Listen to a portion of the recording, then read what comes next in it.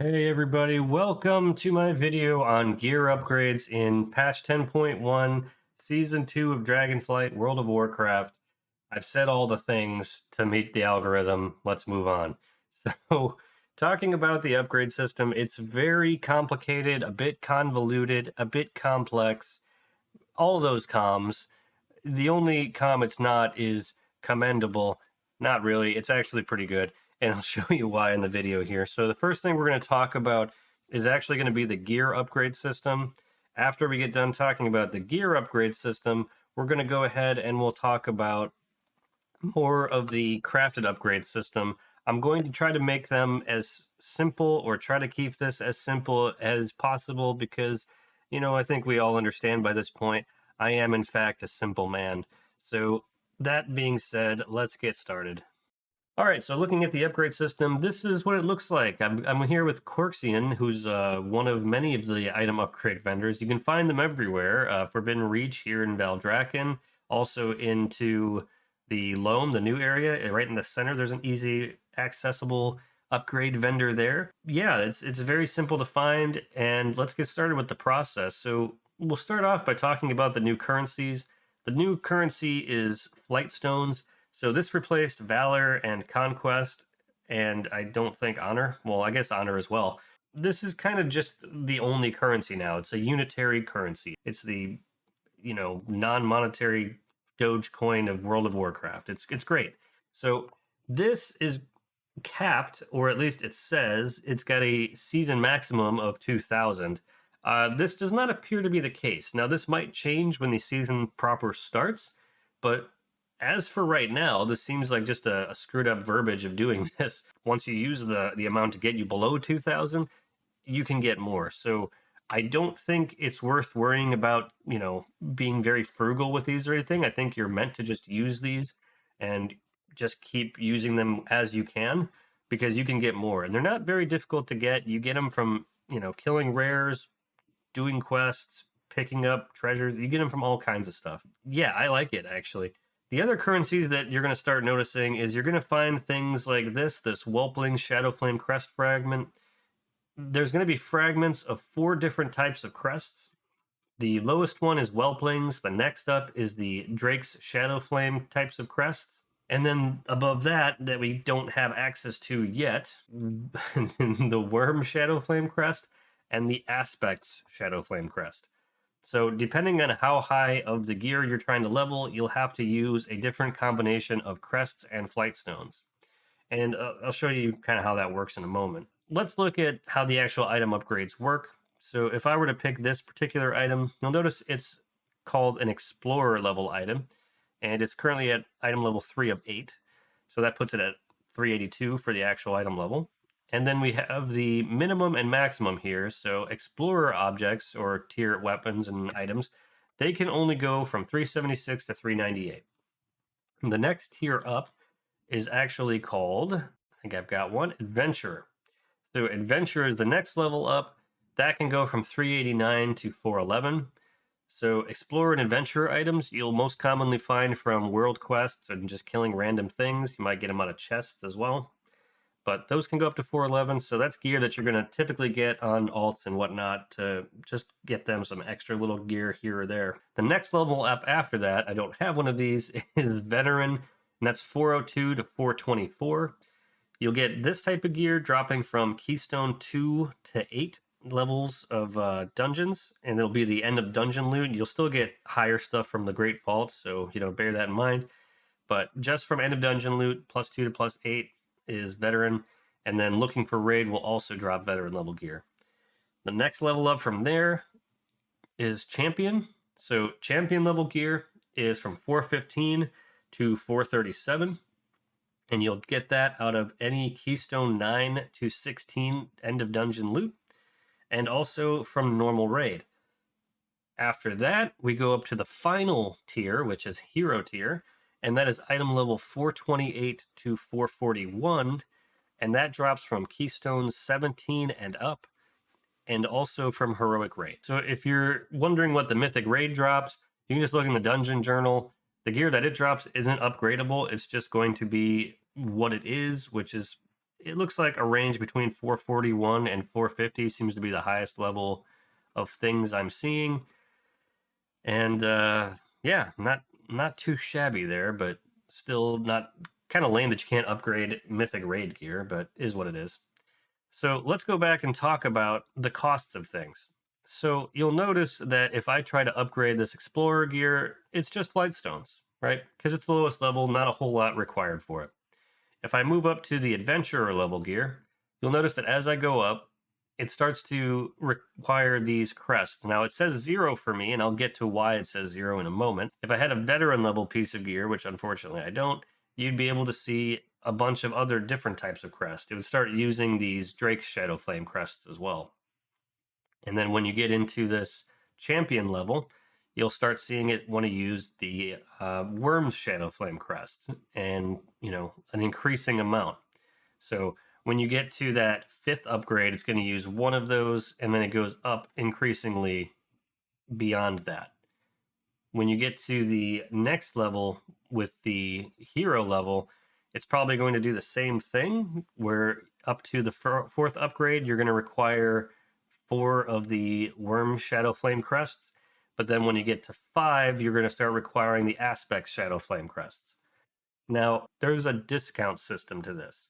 So like I mentioned before with this item, you see that it cost me 0 crests to upgrade. The reason it cost me 0 crests to upgrade is because my current trinkets for that slot, obviously, so anything in that slot, if I have 415 here, I'm going to have no crest cost to upgrade. I'm also only going to have to pay 60%, or rather, I get a 60% discount on the flight stones. Typically, what would happen is this particular thing to upgrade to 8, I would have to spend 4 Shadow Flame or Whelpling's Shadow Flame crests, and I would also have to pay around 600 flight stones in order to upgrade it. Now, the other thing you'll notice about this is it says account wide right there. If one of my characters is fully geared in 424 gear, or 421 gear, like this one pretty much is, I actually can go to any of my other characters, and as I get gear for them, I can quickly upgrade their gear to get up to about the same level as my main, which is really, really awesome for a lot of different reasons. So if your main is a tank or a healer or a DPS, I mean, whatever your main is. Now, this is great because if you typically like to play, like I'm playing a Blood Death Knight most of the time, if you like to play that, but then, your guild needs a healer or your guild needs a DPS, you can quickly switch to any other class you have and just upgrade their gear with minimal time and effort involved. And you'll quickly be able to get on par with the rest of the guild and go do the raids and help out, and it's great. I really like the way this new system works. It's a little bit complicated when you just look at the face of it, but once you start to get into it, it's not that bad. It's actually really, really good, and I think we're going to have a lot of fun with this. So that pretty much covers the whole gearing system. I know I kind of went through it quick, but I think I covered it all pretty well, and if you've got any questions, go ahead and put them in the comments section, and I'll get back to them. If I need to do another video sometime, I will. I think I covered it pretty well, though. So we'll move on to the crafted gear, which is a little bit less complicated, but it's going to be a lot more time consuming and a lot more gold required than the previous system. So let's start taking a look at that. So let's talk about crafted gear upgrades. This is going to be probably one of your more important sources of gear. It's going to pretty much what you do to fill in a couple best in slot items, but really you're going to use it more to fill in different slots so that you can use the gear upgrade system to quickly upgrade gear that you actually want. So looking at this particular item here, so let's say I've got this Unstable Frostfire belt, which is, pretty common best in slot item for a lot of plate classes. You're going to have this, you're going to use your Spark of Shadow Flame, and then instead of using Primal Infusions and Concentrated Primal Infusions, these are gone now. If you don't have any, then you can't make any more of them, just so you all know. Enchanted Worm Shadow Flame Crest and Enchanted Aspect Shadow Flame Crest, those are the new hotness. Those are the things you need to get. So those can take an item from 424 to 437 or 434 to 447. Now, if you're wondering where do you get those, well, let me show you where. I'm going to have to switch over to my enchanter because obviously enchanted things require enchanted people. All right, so here we are looking at my enchanting window on my wonderful mage, who I've spent so much time on, clearly. We've got the Enchanted Worm Shadowflame Crest recipe up here, and if you're wondering where you get these recipes from, these are fairly easy. I got this on the second rare that I was trying to kill down in Zarelek Caverns. I just kind of went down there to farm, and I got this fairly quickly. The other one is the Enchanted Aspect Shadowflame Crest recipe. It's the same kind of deal. Just kill rares, open treasures. Eventually, you'll get the recipe. I just haven't put enough time into finding them yet. You'll also be able to get the Enchanted Whelpling Shadowflame Crest, which is 100% useless. You will probably never use it, so I wouldn't even worry about that one.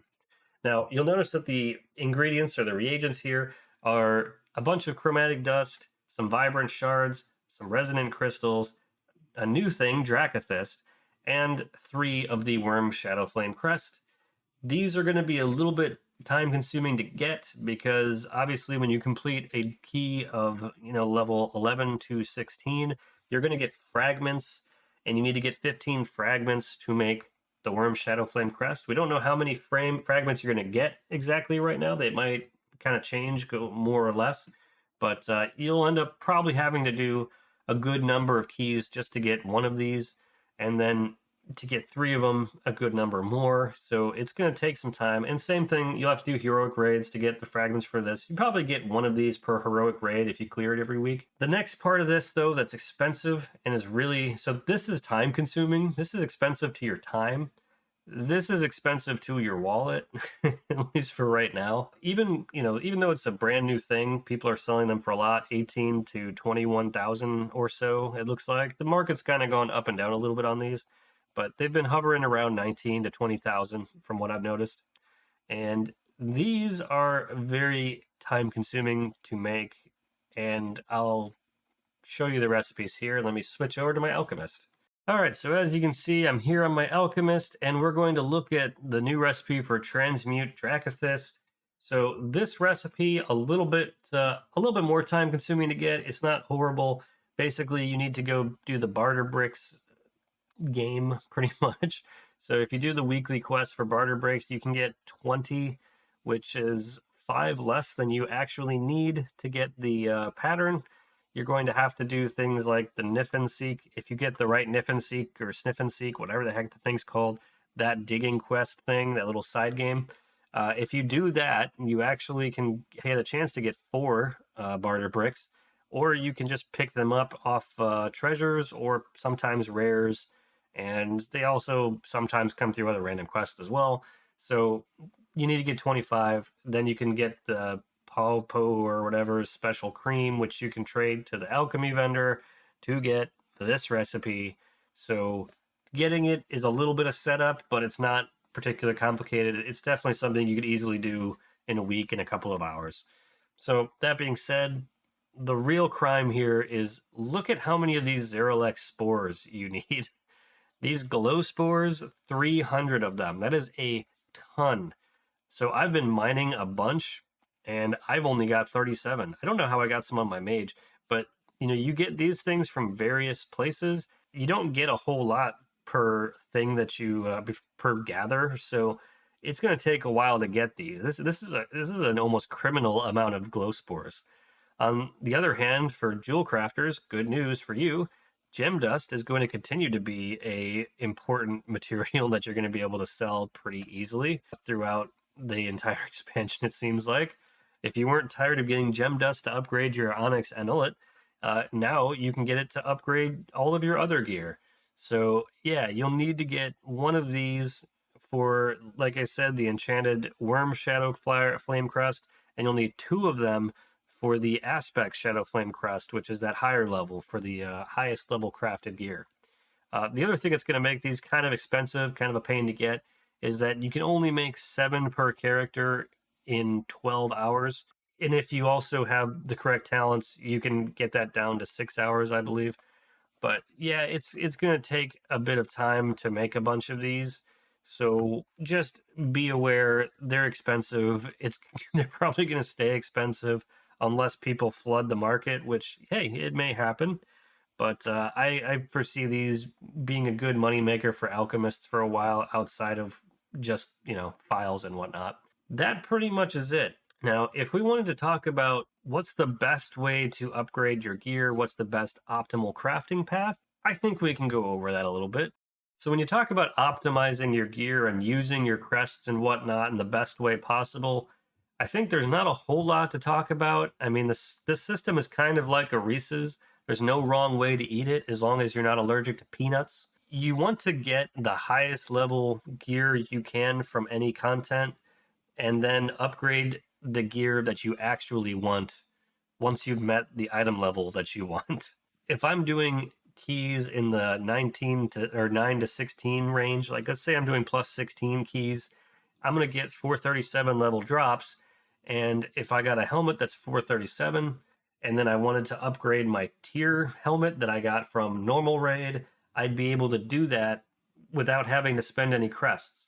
So, kind of the best way to do this is going to be to just kind of eliminate the need for crests. Crests are kind of the only limiting factor for any of the gearing because those are the only ones that seem to have any hard limit to how many you can get. Here you can see Drake Shadowflame crest. You can only earn 150 fragments.